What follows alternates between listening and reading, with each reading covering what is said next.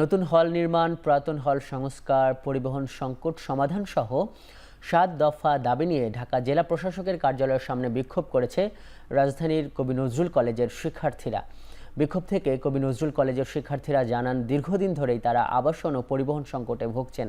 ঝুঁকিপূর্ণ ভবনেই বছরের পর বছর ধরে চলছে ক্লাস পরীক্ষা। ঢাকা জেলা প্রশাসন সমস্যা সমাধানে একাধিকবার আশ্বাস দিলেও তা পূরণ হয়নি। এ সময় শিক্ষার্থীদের একটি প্রতিনিধি দল তাদের ৭ দফা দাবির বিষয়ে ঢাকা জেলা প্রশাসকের সঙ্গে আলোচনায় বসবেন বলে জানানো হয়। আমাদের ক্লাসরুম সংকট, আমাদের ভবন সংকট, মানে আমাদের নাই বলতে কিছুই নাই। টিউশনি করে পড়াশোনা করি ঢাকা শহরে, মানে আমাদের মতো স্টুডেন্টদের ৪,০০০-৫,০০০ টাকা ভাড়া দিয়ে থাকার মতো সামর্থ্য নাই। মূল দাবি সেটা হচ্ছে আমাদের যানবাহন ব্যবস্থা।